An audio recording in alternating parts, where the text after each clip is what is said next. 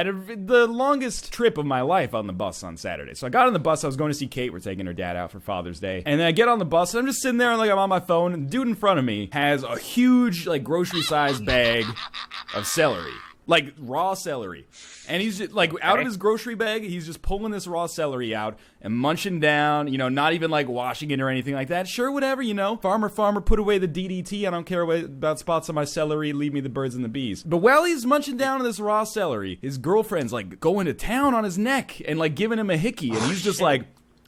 And she's giving him a hickey, and I was like, this is fucking weird, right? So I tweeted about it. I was like, ha ha ha, let's make fun of this stranger I've never met, right? And then all of a sudden, we hear like a little like crash thing, and then police sirens, and everyone's like, what the fuck happened? Apparently, this driver hit the bus. So like the mirror on the bus got cracked, and then the police pulled him over. He was surrounded by police cars in like half a second. So they pulled him over, and then we couldn't go anywhere. The police officer was like, it's going to take like 15 minutes for the bus to be ready to go again, because we're going to ask the bus driver some questions. So we just, like, got out, and the bus stop was right next to us. So we just sat there waiting for another bus, and in the meantime, they gave the driver a sobriety test right in front of us, like a breathalyzer. You gotta breathe hard, we'll tell you if you're not breathing hard enough. So he does it, and then immediately after he finishes, they're just like, you're under arrest. And they put him in handcuffs, and then put him face down on the sidewalk, and he's just, like, crying on the sidewalk, because it's traumatic, right? So this is fucked up. I was like, this is the craziest bus ride I've ever been on. And then, the same bus that we were originally on pulls up, and is like, come on, get on. So, you know, I took a seat, and admittedly, I was sitting in what are known as priority seats, you know, seats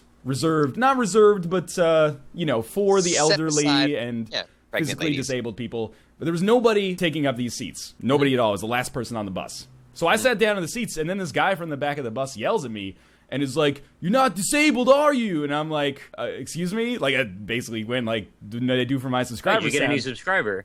And then he's like, you don't look disabled to me. And then he's like, these seats are reserved for people who are disabled and elderly.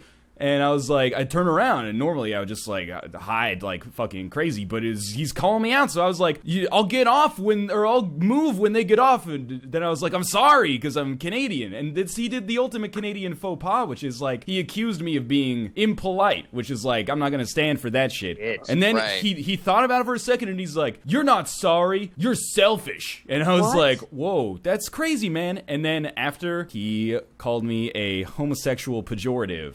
And I was seriously, like, tweeting the whole time, like, what the heck what world do I live in? And then the bus also had to stop for maintenance, like, 10 minutes later. So I was like, you know, I'm never going to take the bus again. This is, like, it made me want to buy a car for the first time in my entire life.